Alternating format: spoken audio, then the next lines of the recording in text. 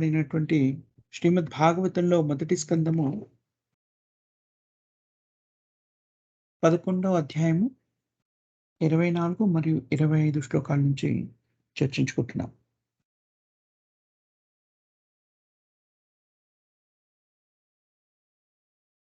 ఈ అధ్యాయం అంతా కూడా మనం గమనించినట్టయితే భగవంతుడైన శ్రీకృష్ణుడు ద్వారకా నగరానికి ప్రవేశించడం గురించి వివరించబడింది. అధ్యాయం యొక్క శీర్షిక కూడాను శ్రీకృష్ణుని ద్వారకా నగర ప్రవేశము.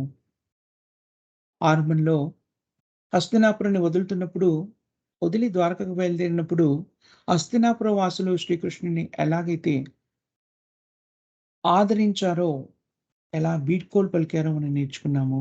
అదేవిధంగా శ్రీకృష్ణుడు ద్వారకా నగరానికి చేరగానే ద్వారకా నగర పురజనులంతా కూడాను శ్రీకృష్ణుని ఎలాగా స్వీకరించారు, ఎలాగా ఆదరించారో తెలుసుకున్నాము. శ్రీకృష్ణుడు ఎలాంటి వాడు అనేటువంటి దానికి మనకి వేద శాస్త్రాల్లో వివరణ ఉంది. కృష్ణ భగవంతునికి అసలు నామమే లేదు. ఏ నామము లేనివాడు భగవంతుడు. కానీ భగవంతునికి అనేక నామాలు కూడా ఉన్నాయి. అనంతమైన నామాలు కూడా ఉన్నాయి. ఆ నామాలన్నీ కూడాను ఎలా ప్రకటితమయ్యాయి? భగవంతుని యొక్క గుణగణాలని బట్టి, ఆయన చేసే కార్యక్రమాల్ని బట్టి ఆయనకి అనేక నామాలు ఇవ్వబడ్డాయి.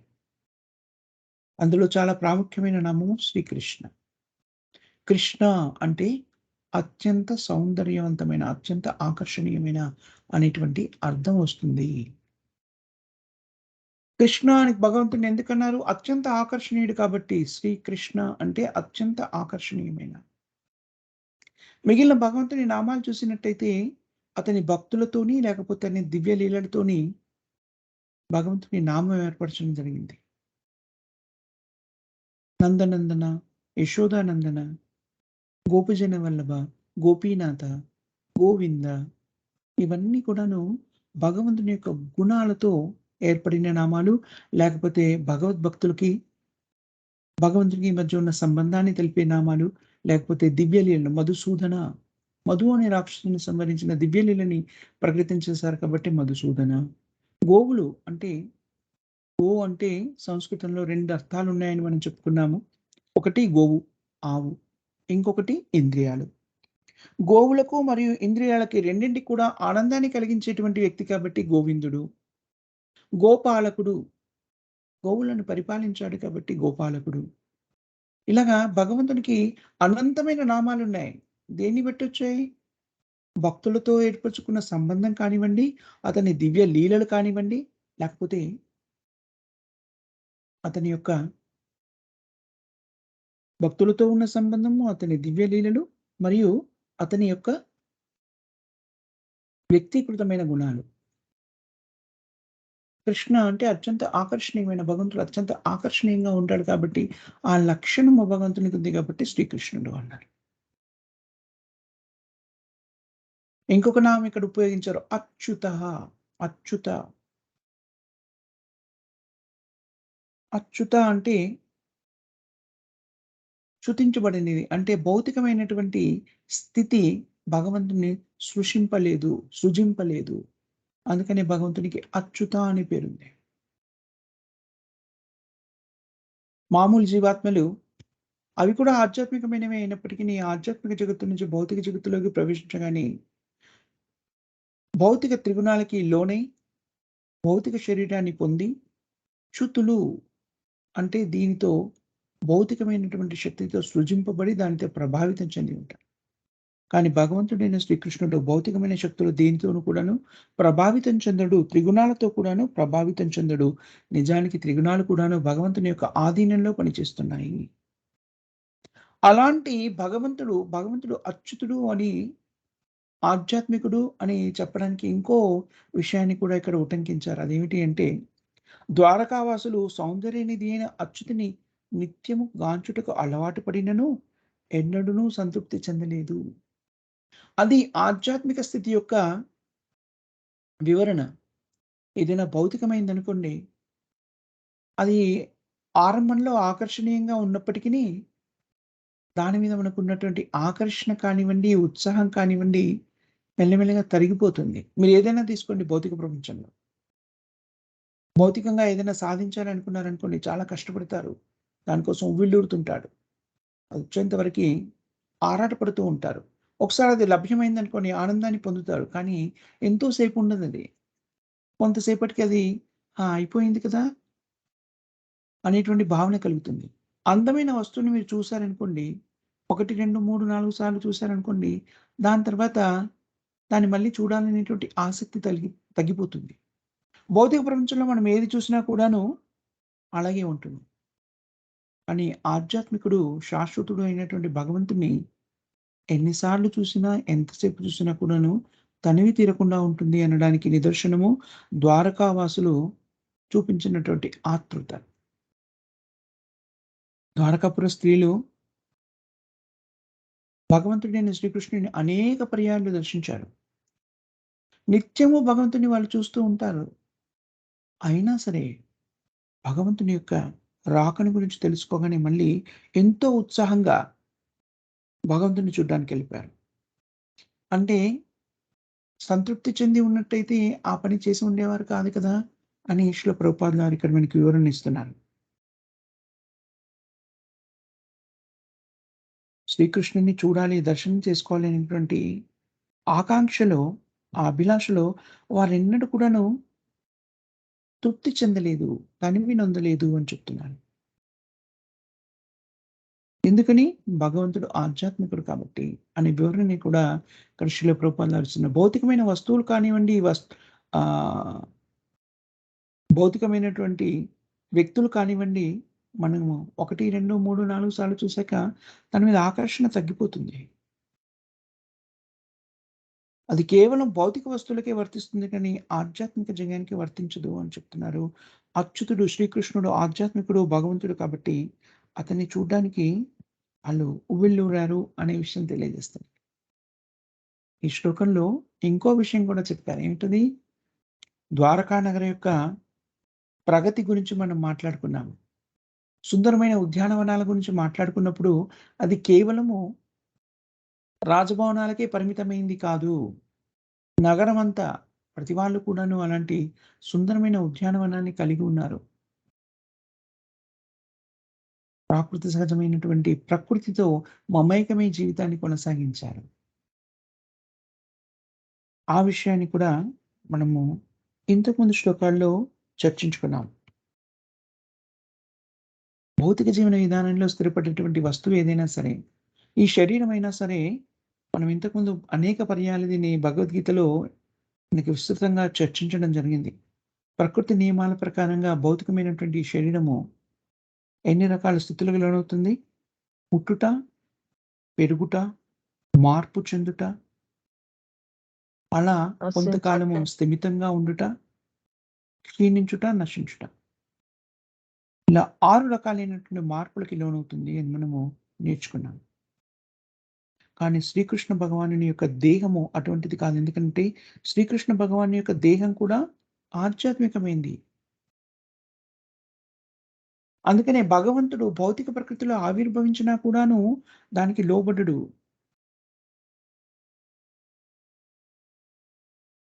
భగవంతుని సౌందర్యవంతుడు అని మనం చెప్పుకుంటున్నాం.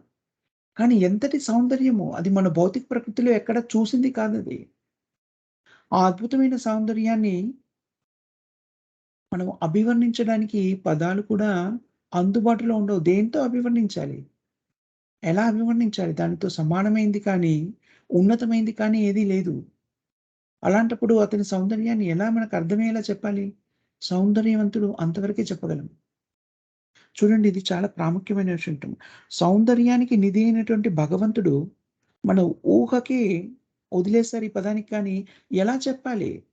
ఆ సౌందర్యాన్ని భౌతిక ప్రపంచంలో ఉన్నటువంటి మన భౌతిక ఇంద్రియాలతో అనేక అనుభూతుల్ని చెందిన మనకి అలాంటి సౌందర్యాన్ని పోల్చడానికి ఎక్కడా లేదు.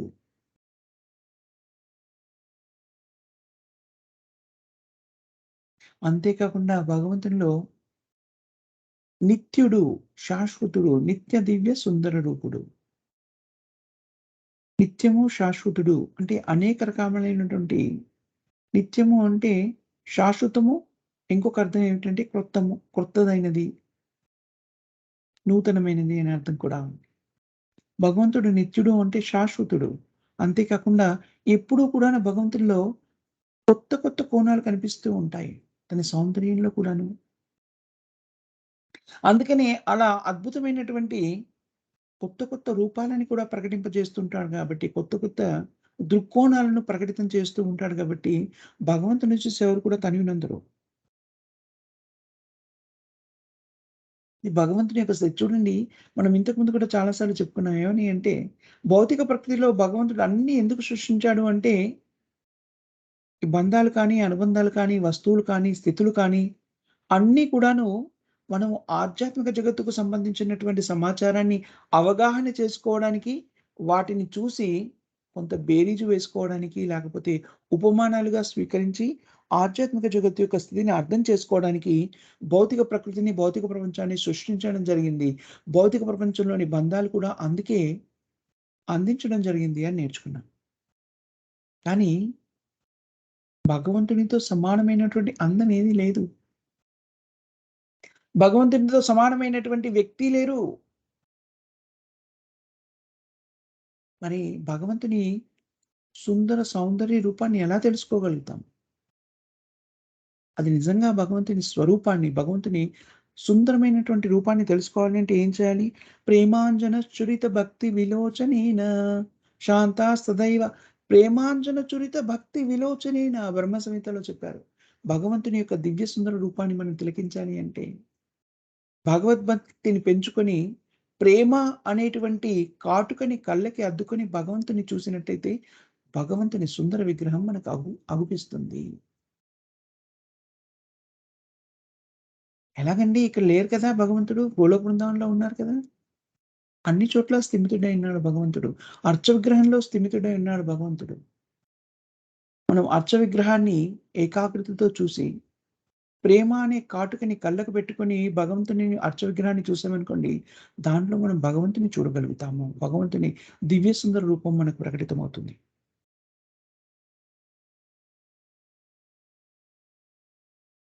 భగవంతుని రూపానికి, గుణాలకి, అతని నామానికి అవన్నీ కూడా ఆధ్యాత్మికమైనవి, పరిపూర్ణమైనవి.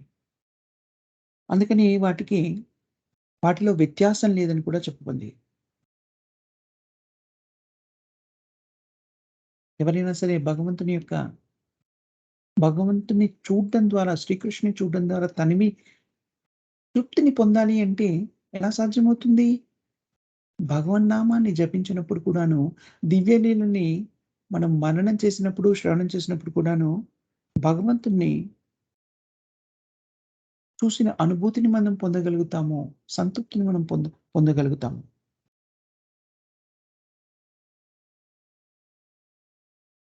భగవంతుడైనటువంటి శ్రీకృష్ణుడు అనంతుడు. అతని శక్తులకి కానీ, అతని పరివారానికి కానీ హద్దు అంటూ ఏం లేదు. భౌతిక ప్రపంచంలోనే అతనికి గృహస్థాశ్రమ జీవనాన్ని గడిపినప్పుడు 1,00,000కు పైగా అతని పరివారం ఉంది అని మనం చర్చించుకున్నాం. మనం రోజు వైష్ణవులందరికీ కూడా ప్రణామం చేసిన తర్వాత వాంఛాకల్పతరుభ్యశ్చ కృపా సింధోభిః చ పతితానాం పావనేభ్యో వైష్ణవేభ్యో నమో నమః. దాని తర్వాత అనంత కోటి వైష్ణవ భక్త బృందికి జై. అనంత కోటి వైష్ణవులు ఎంతమంది ఉన్నారు? అతనికి సేవకులు ఎంతమంది ఉన్నారు? అనంతమైన కోట్లు. అనంత కోటి. అనంతము అంటే లెక్కబెట్టనన్నంత మంది భక్తులున్నారాయనకి, వైష్ణవులున్నారాయనకి. అనేకమైన వైకుంఠ లోకాలున్నాయి. అన్ని వైకుంఠ లోకాల్లో కూడాను భగవంతుని సేవ అనునిత్యం జరుగుతూ ఉంది. అక్కడ ఎవరున్నారు వైకుంఠ లోకాల్లో? ఎంతో మంది జీవరాశులు, భక్తులు, వైష్ణవులున్నారు భగవంతుని సేవలో. ఈ సృష్టి మొత్తాన్ని మనం పరిగణలోకి తీసుకున్నట్టయితే, భౌతిక జగత్తంతా కూడాను భగవత్ సృష్టిలో 4వ భాగం మాత్రమే. మిగిలిన 3 భాగాలు ఆధ్యాత్మిక జగత్తు అని చెప్పబడింది. దానికి సంబంధించి శ్రీల ప్రభుపాదుల వారు వివరణ ఇస్తారు. ఒక నగరాన్ని నిర్మించామనుకోండి, దాంట్లో కారాగారం కూడా ఉంటుంది నగరంలో. కానీ అది చాలా చిన్నగా ఉంటుంది. నగరంతో పోలిస్తే చాలా చిన్న ఒక భవంతి లేకపోతే 2, 3 భవంతులు ఒక ప్రదేశంలో నిర్మించబడినవి అయి ఉంటాయి. మొత్తం నగరాన్ని పరిగణలోకి తీసుకున్నారనుకోండి అది చాలా చిన్నది. భౌతిక జగత్తు కూడాను ఎందుకు సృష్టించబడింది? వ్యక్తులలో పరివర్తనను తీసుకురావడానికి, జీవాత్మలలో ఉన్నటువంటి కల్మషాన్ని తొలగించడానికి భౌతిక ప్రకృతి సృష్టించబడింది. మరిది కారాగారం కదా! కారాగారం ఎంతుంటుంది నగరంతో పోలిస్తే? చాలా చిన్నది. అలాగే సృష్టి మొత్తాన్ని పరిగణనలోకి తీసుకున్నప్పుడు భౌతిక సృష్టి ఆధ్యాత్మిక జగత్తు మొత్తం సృష్టిలో నాలుగో వంతు. అంటే మిగిలిన 3 భాగాలు ఆధ్యాత్మిక జగత్తు అని చెప్పబడింది.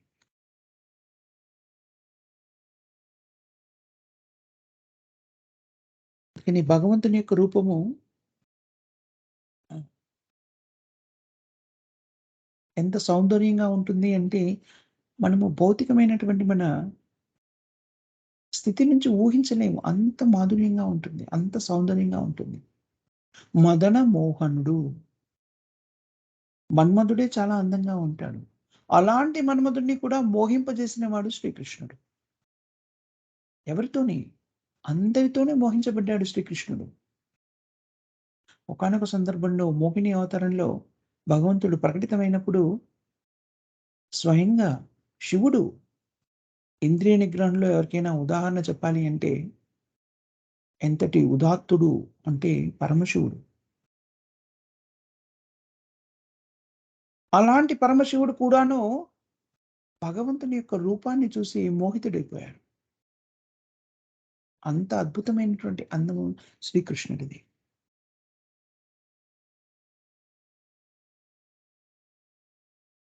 శ్రీకృష్ణుని వక్షస్థలము లక్ష్మీదేవికి నివాస స్థలము. సౌందర్య పిపాసులైనటువంటి వ్యక్తులందరికీ కూడాను శ్రీకృష్ణుడి యొక్క ఆహ్, రూపము అత్యంత రమణీయమైనటువంటిది. కానీ ఆ రసానుభూతిని మనం పొందాలి అంటే ఏం చేయాలి? భగవంతుని చూడాలి అంటే ఏం చేయాలి? ప్రేమాంజన చురిత భక్తి విలోచనేన భక్తియుక్త సేవలో నియుక్తులైనప్పుడు మాత్రమే అది మనము చేయగలుగుతాం. ద్వారకా నగర స్త్రీలందరూ కూడాను భగవద్భక్తిలో నియుక్తులై ఉన్నారు.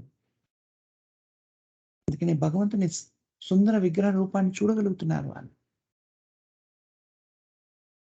భగవంతుని మీద ప్రేమ లేకపోతే ఎదురుగా కనబడ్డా కూడాను భగవంతునిలోని సౌందర్యాన్ని మనం తిలకించలేము. మనం చూస్తాం కదా! కౌరవులు ముఖ్యంగా దుర్యోధనాదులకి ఎదురుగా ఉన్నారు భగవంతుడు. కానీ భగవంతుడిని గుర్తించలేకపోయారు వాళ్ళు. అభినందించలేకపోయారు, ఆరాధించలేకపోయారు. మహా అంటే ఏమనుకున్నారు? ఓహ్! మాయలు కలిగినటువంటి ఒక గొప్ప వ్యక్తి. మాయాజాలం చేయగలడు. కొన్ని ప్రత్యేకమైన విద్యలు తెలిసినవాడు. మిగిలిన వాళ్ళకి తెలియనివి అతనికి మాత్రమే తెలిసిన కొన్ని ప్రత్యేక విద్యలున్నాయి. అంతవరకు మాత్రమే గుర్తించారు. కానీ భగవంతుడు అని గుర్తించలేకపోయారు. కానీ ద్వారకా నగరంలోని స్త్రీలు అది గమనించగలిగారు. ఎందుకని? భక్తియుక్త సేవలో నియుక్తులైనటువంటి శుద్ధ భక్తులు వాళ్ళు. అందుకని ప్రేమాంజన చురిత ప్రేమ అనేటువంటి కాటుకని కళ్ళకు పెట్టుకొని భగవంతుని చూడడానికి వాళ్ళు చాలా ఉత్సాహంగా వాళ్ళ భవంతులు పైకెక్కారు అని చెప్తున్నారు. దీనివల్ల ఇంకో విషయం కూడా తెలుస్తుంది ఏంటి అంటే, ద్వారకా నగరంలో ఉన్నటువంటి పుర్రజనులంతా కూడాను చాలా విలాసవంతమైనటువంటి, సౌకర్యవంతమైనటువంటి జీవితాన్ని గడిపారు. వాళ్ళందరికి కూడా ఉన్నతమైనటువంటి భవనాలున్నాయి అని అవగతమవుతుంది అని శిల ప్రభుపాదులు గారు చెప్తున్నారు. అలా వాళ్ళ భవంతుల పైనుంచే వెళ్లి భగవంతుడిని వీక్షించారు కాబట్టి, ఇంకో ముఖ్యమైన విషయం చెప్పారు ఇక్కడ శిల ప్రభుపాదుల వారు. ఏమిటది? వాళ్ళ గౌరవానికి ఎక్కడ భంగం కలగలేదు. స్త్రీకి సరియైన గౌరవం ఎప్పుడు లభిస్తుంది? ఘనంగా రక్షించబడుతుంది వాళ్ళ గౌరవము. స్త్రీలు పురుషులతో కలవకుండా ఉన్నన్నాళ్ళు. పురుషుని నుండి స్త్రీని దూరంగా ఉంచినప్పుడే స్త్రీ యొక్క గౌరవము ఘనంగా బడగలదు. అందుకని స్త్రీ పురుషులు విచ్చలవిడిగా కలువరాదు అనేటువంటి నియమ నిబంధనని మనకి వేద శాస్త్రాల్లో అందించారు. భౌతిక నాగరికతకి అలవాటు పడి కల్మష హృదయంతోని ఈ వ్యక్తులేమనుకుంటారు? ఓహ్! స్త్రీ పురుషులను వేరుగా చూడడము అనేటువంటిది వ్యత్యాసంతో చూడడం అనేటువంటిది సరియైన విధానం కాదు. That is a discrimination. భేదభావాన్ని ప్రకటించడము అనుకుంటారు. కాదు. భేదభావన లేదు. సంపూర్ణమైనటువంటి ఆధ్యాత్మిక పరిజ్ఞానం చెందినటువంటి వ్యక్తులు భేదభావనని స్త్రీ పురుషుల మధ్యే కాదు, ఇతర జంతు జీవాలు, వృక్షాలు, పక్షులలో కూడాను తేడా చూడరు. బ్రహ్మభూత ప్రసన్నాత్మ న శోచతి న కాంక్షతి సమः సర్వేషు భూతేషు. అన్ని జీవాత్మలని సమానంగా చూస్తారు. స్త్రీ పురుషులు ఏమిటి? చీమ, దోమ, ఎలుక, పిల్లి, నక్క, కుక్క, మనిషి అన్నీ కూడా సమానంగా చూడగలుగుతారు వారు. బ్రహ్మభూత ప్రసన్నాత్మ న శోచతి న కాంక్షతి సమः సర్వేషు భూతేషు. అన్ని జీవాత్మలు సమానంగా చూస్తారు. కానీ వేదశాస్త్రాల్లో మరి ఈ వ్యత్యాసాన్ని పరిగణనలోకి తీసుకోమని ఎందుకు చెప్పారు? చాలా ముఖ్యమైన విషయం ఇది. దీన్నెందుకు పరిగణలోకి తీసుకోమని చెప్పారు అంటే, భౌతిక జీవన విధానంలో జీవిస్తున్నప్పుడు ఒక్కొక్క జీవాత్మకి ఒక్కొక్క ప్రత్యేకమైనటువంటి శరీరం ఒసగబడింది. జీవాత్మలుగా స్త్రీ గాని, పురుషుడు గాని సమానులే, దాంట్లో సందేహం లేదు. కానీ వాళ్ళ కోరికల ప్రకారంగా భౌతిక ప్రకృతి వాళ్ళ కోరికలు తీర్చుకోవడానికి ఒక ప్రత్యేకమైన శరీరం ఇవ్వబడింది. ఆ శరీరాన్ని జీవాత్మ పొందినప్పుడు వాళ్ళ మానసిక స్థితి కానీ, చైతన్యం కానీ, ఇతరత్రా స్థితులు కానీ విభిన్నంగా ఉంటాయి. అదే జీవాత్మ స్త్రీ శరీరాన్ని వదిలేసి పురుష శరీరం పొందిందనుకోండి, ఇంకో రకంగా ఉంటుంది. పురుష శరీరంలో ఉన్న జీవాత్మ దాన్ని వదిలేసి స్త్రీ శరీరాన్ని పొందినప్పుడు ప్రవర్తన వేరుగా ఉంటుంది. అందుకని ఆ విభిన్నత్వాన్ని మనం గౌరవించి తీరాలి. సమానత్వం ఎక్కడుంది? అందరూ జీవాత్మలైనటువంటి స్థాయిలో సమానత్వం ఉంది. కానీ భౌతికంగా మనం చెప్పుకునేటువంటి సమానత్వం ఉంది చూసారా? అది కేవలము విచ్చలవిడిగా, నిజానికి ఒకానొక సందర్భంలో దానికి సంబంధించిన వివరణ గురించి చర్చిస్తూ శ్రీల ప్రభుపాద గారు స్పష్టంగా చెప్తారు. స్త్రీలు, పురుషులు సమానము అనేటువంటి వాదనని తీసుకొచ్చింది ఏమిటి అంటే, స్త్రీలని ఎక్స్‌ప్లాయిట్ చేయడము అంటే వాళ్ళని ఆహ్, భౌతిక విధానాల్లోకి దింపడానికి, చెరబట్టడానికి అనువుగా ఉండడం కోసమని పురుషులు ప్రయోగించినటువంటిది మూర్ఖమైనటువంటి, అంటే భౌతిక జీవన విధానంలో కూరుకుపోయినటువంటి పురుషులు ప్రవేశపెట్టిన సూత్రం ఇది. మూర్ఖత్వంతో కొంతమంది స్త్రీలు నవీన నాగరికత పేరుతోని దాన్ని స్వీకరించే ప్రయత్నం చేస్తారు. కానీ అది సరికాదు. చూడండి, మీరు గమనించండి. స్త్రీ సౌలభ్యంగా ఉండి వేదశాస్త్రాలకు అనుగుణంగా వేద ఆహ్, నాగరికత ప్రకారంగా జీవిస్తూ కుటుంబ పోషణ అనే కుటుంబ బాధ్యతని స్వీకరించి ఇంట్లోనే ఉందనుకోండి, అప్పుడు రకరకాల ఆహ్, మానసిక స్థితిలో ఉన్నటువంటి పురుషులకి అందరి స్త్రీలు కనబడట్లేదు కదా! అందుకని అలాంటి పురుషులు ప్రవేశపెట్టిన సూత్రం అందరూ సమానులే, వాళ్ళని ఇంట్లోనే ఎందుకుంచాలి? ఇలాంటి భావ సారూప్యత అనేటువంటి ఒక సిద్ధాంతాన్ని ప్రవేశపెట్టి సమాజాన్ని కలుషితం చేయడానికి కంకణం కట్టుకున్నటువంటి వ్యక్తులు. కానీ వేద నాగరికత ప్రకారంగా స్త్రీని పురుషుని నుండి దూరంగా ఉంచినప్పుడు వాళ్ళకి కలిగే గౌరవము వాళ్ళకి ఘనంగా రక్షింపబడుతుంది అని కూడా ఇక్కడ చెప్పడం జరిగింది. చూడండి, వేద శాస్త్రాల్లో చెప్పినవన్నీ కూడాను ఎందుకు ముఖ్యంగా స్త్రీ, పురుషులు సమానంగా ఉండాలి, వ్యత్యాసం ఎందుకు అని ఎవరు చెప్తారు? అజ్ఞానంలో ఉన్న వాళ్ళే చెప్తారు. ఎందుకనంటే, ఇప్పుడు స్త్రీగా ఉన్నవాళ్ళు మరుజన్మలో పురుషులవ్వచ్చు. ఇప్పుడు పురుషులుగా ఉన్నవాళ్ళు మరుజన్మలో స్త్రీలవ్వచ్చు. అలా స్త్రీ, పురుషులే ఏమిటి, మనుష్య రూపం నుంచి ఇంకో దానికి కూడా వెళ్ళవచ్చని మనం నేర్చుకున్నాం. కాబట్టి స్త్రీలు తక్కువ, పురుషులు ఎక్కువ. ఇప్పుడు తక్కువ అని చెబుతున్న వ్యక్తి ఎవరైతే ఉన్నారో, వేదశాస్త్రాలను అధ్యయనం చేశారో, ఏదో ఒక కారణవశాన ఆ వ్యక్తి మరుజన్మలో స్త్రీ అవ్వచ్చు. ఇప్పుడు స్త్రీగా ఉన్న వ్యక్తి, జీవాత్మ మరుజన్మలో పురుషుడవ్వచ్చు. కాబట్టి స్త్రీ, పురుషుల మధ్య వ్యత్యాసం చూపించడము అంటే వ్యక్తుల మధ్య వ్యత్యాసం చూపించడం కాదు. మానవ జీవిత లక్ష్యాన్ని చేరుకోవాలి అనుకుంటే పాటించవలసిన నియమాలలో ముఖ్యమైన నియమం ఎందుకంటే, భౌతిక జీవన విధానంలో చాలా శక్తివంతమైన ఆకర్షణ స్త్రీ, పురుషుల మధ్య ఉండేటువంటి ఆకర్షణ. మానవ జీవిత లక్ష్యమైనటువంటి భగవద్భక్తిలో స్థిరపడాలి అంటే, ఈ ఆకర్షణ నుంచి జీవాత్మ ముక్తుడవ్వాలి. సంపూర్ణంగా ఈ ఆకర్షణ నుంచి ముక్తులయ్యేంత వరకు మనము భగవద్ధామాన్ని చేరుకోలేము. ఇది సత్యం. కానీ ఏకాఏకిగా ఉన్న స్థితిలోంచి మనం ఆ ముక్తిని పొందలేం కాబట్టి, ఆ ఆకర్షణ నుంచి విముక్తులం కాలేము కాబట్టి, వేద శాస్త్రాలు వర్ణాశ్రమ ధర్మాన్ని ప్రవేశపెట్టాయి. వేద శాస్త్రాలకు అనుగుణంగా వర్ణాశ్రమ ధర్మంలో మనం స్థిరపడి ఉన్నప్పుడు, మెల్లమెల్లగా మనలో ఉన్నటువంటి ఆకర్షణ భావన క్రమబద్ధీకరించబడి, తద్వారా మన మనసు పూర్తిగా భగవంతుని యొక్క భక్తియుక్త సేవలో నియుక్తమవుతుంది. అందుకని ఈ వర్ణాశ్రమ ధర్మాన్ని ప్రవేశపెట్టడం జరిగింది. స్త్రీ పురుషులను వేరుగా ఉంచడం అంటే వాళ్ళలో వ్యత్యాసం చూపడం కాదు. సంకుచత్వం కాదు. సంపూర్ణ పరిజ్ఞానాన్ని కలిగి ఉండడం మూలంగా జరిగేటువంటి స్థితి అది. అందుకని వేద శాస్త్రాల్లో చెప్పిందంతా కూడాను ఎవరు చెప్పారు వేదాన్ని?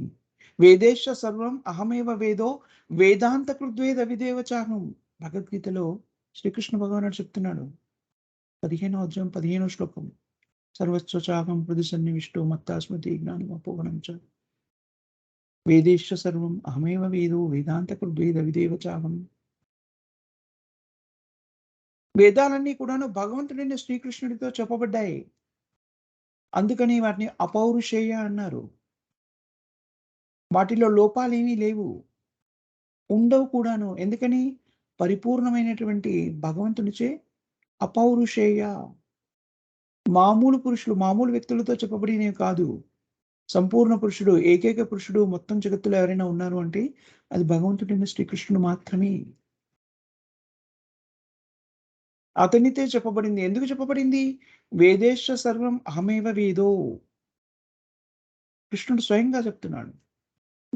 నాచేనే చెప్పబడిన వేదాలు ఎందుకు చెప్పబడ్డాయి? నా గురించి సంపూర్ణ పరిజ్ఞానాన్ని సంతరించుకోవడానికి దాని సారాంశాన్ని ఎప్పుడైతే అర్థం చేసుకుంటారో, నాకు సంబంధించిన పరిజ్ఞానము జీవాత్మకు లభిస్తుంది కాబట్టి. అందుకని వేద శాస్త్రాల్లో మనకి నిర్ణయించినటువంటి విధి విధానాల్ని పాటించడము అనేటువంటిది చాలా ప్రాముఖ్యమైనటువంటి విషయం. అది మనను పశు జీవనం నుంచి మానవ జీవితానికి ఎదిగేలా చేస్తుంది. కానీ వేద శాస్త్రాల్లో చెప్పిన అన్ని నియమాల్ని పాటించేటువంటి స్థితి కూడాను కలియుగంలో లేదు. అందుకని చైతన్య మహాప్రభువు ఎంతో కరుణతోనొచ్చేసి ఏం చేశారు? చేయవలసిన యజ్ఞాన్ని హరే కృష్ణ మహామంత్ర యజ్ఞంగా నామజపము, నామయజ్ఞాన్ని మనకు అందించారు. హరేర్నామ హరేర్నామ హరేర్నామ ఇవ కేవలం కలౌ నాస్తివ నాస్తివ నాస్తివ గతిరన్యదా. హరినామ ఉచ్చారణ, హరినామ జపం తప్ప కలియుగంలో మరొక పద్ధతి ఏదీ లేదు. అత్యున్నత ఆధ్యాత్మిక ప్రగతిని పొందాలి అంటే ఇంకే మార్గము లేదు, ఇంకే మార్గము లేదు, ఇంకే మార్గము లేదు. ఇది 3 సార్లు చెప్పబడింది చూడండి. కలిసంతాన ఉపనిషత్తులో వస్తుంది. హరేర్నామ హరేర్నామ హరేర్నామేవ కేవలం కలో నాస్త్యేవ నాస్త్యేవ నాస్త్యేవ. ఇంకేం లేదు, ఇంకేం లేదు, ఇంకేం లేదు. ఏదైనా మనము ఖచ్చితంగా చెప్పాలి అనుకున్నప్పుడు అది సత్యం. విశ్వసించండి. అదే సత్యం, సత్యం, సత్యం. 3 సార్లు చెప్పడం ఆనవాయితీ. అలా చెప్తూ ఉంటాం కదా మనం కూడాను. అది ఇక్కడ శాస్త్రంలో కూడా మనకు అవగతమయ్యేలా చెప్పడం కోసమని దాన్ని 3 సార్లు ప్రయోగించడం జరిగింది. ఆ పదం అని చెప్పడం జరిగింది. కలియుగంలో మనము అభ్యున్నతిని చేరుకోవాలి అనుకుంటే చేసేటువంటి ఏకైక కార్యక్రమం ఏంటంటే హరే కృష్ణ మహామంత్రాన్ని జపించడము. హరేర్నామ హరేర్నామ హరేర్నామ ఇవ కేవలం. హరే కృష్ణ కృష్ణ కృష్ణ హరే హరే. హరే రామ రామ రామ హరే హరే. ఆధునిక విజ్ఞాన శాస్త్రం ప్రోద్బలం దేన్ని ప్రోత్సహిస్తుంది అంటే భౌతిక జీవన విధానాన్ని ప్రోత్సహిస్తుంది. వేద నాగరికతను మనము స్వీకరించినప్పుడు అది ఎంత శక్తివంతమైంది అంటే మనము తర్వాతే రేపు గాని, ఎల్లుండి గాని మళ్ళీ చర్చించుకుందాం. వేద నాగరికత ఎంత శక్తివంతమైంది అంటే భౌతిక వాదులు ఎవరైతే ఉన్నారో వాళ్ళు దాన్ని భంగం చేయాలి అనుకున్నప్పుడు కూడాను, సంఘాన్ని మొత్తం భ్రష్టపట్టించాలి అనుకున్నప్పుడు కూడా అది సాధ్యం కాలేదు. సంఘమంతా కూడాను, సమాజమంతా కూడాను వేద నాగరికతని అవలంబిస్తున్న సమయంలో అది కుదరలేదు.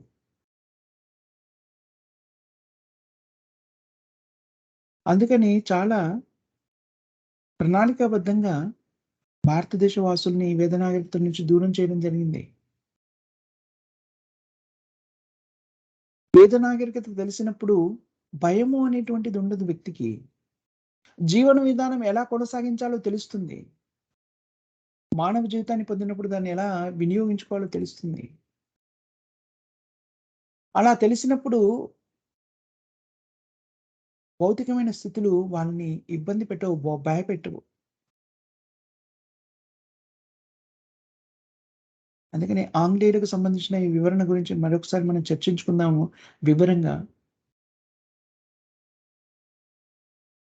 దాన్ని ఎలాగా ఆంగ్లేయులు మెల్లమెల్లగా దాన్ని మన దేశంలో ప్రవేశపెట్టి, తద్వారా మనని వేద నాగరికతకి దూరం చేశారు. ఎందుకు చేశారు? ప్రత్యేకమైన కారణం ఉంది దానికి. అందుకని మనం దాని వైపు ఆకర్షితమై వేద నాగరికతను మనం మర్చిపోతూ ఉన్నాం. అందుకని మనం చేయవలసిన పని ఏమిటి అంటే, అవన్నీ కూడాను వేద శాస్త్రంలో చెప్పిన అన్ని నియమాన్ని కూడా పాటించే శక్తి సామర్థ్యాలు కూడా మనకిప్పుడు లేవు. కాబట్టి మనకి నిర్దేశించబడినటువంటి కార్యక్రమాన్ని మనం నిర్వర్తించామనుకోండి, హరే కృష్ణ మహామంత్రాన్ని జపించడము, భక్తియుక్త సేవలో నియుక్తం కావడము, తద్వారా మనము సంపూర్ణ వేదాల సారాన్ని మన జీవితంలోకి అన్వయించుకున్న వాళ్ళమవుతాము. ద్వారకా నగర వాసుల్లో ముఖ్యంగా ద్వారకా నగర పురజనులంతా ఎలాగైతే భగవంతుడిని చూడగలుగుతున్నారో మనం కూడా అలా చూడగలుగుతాము. ఆ స్థితికి మనం కూడా వెళ్ళగలుగుతాం. కృష్ణ చైతన్యం ద్వారా అది సాధ్యమయ్యేటువంటి విషయం.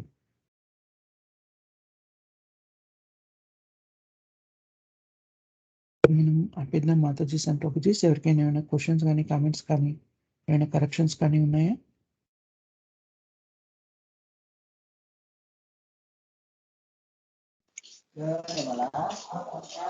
ప్రభుజీ యెస్.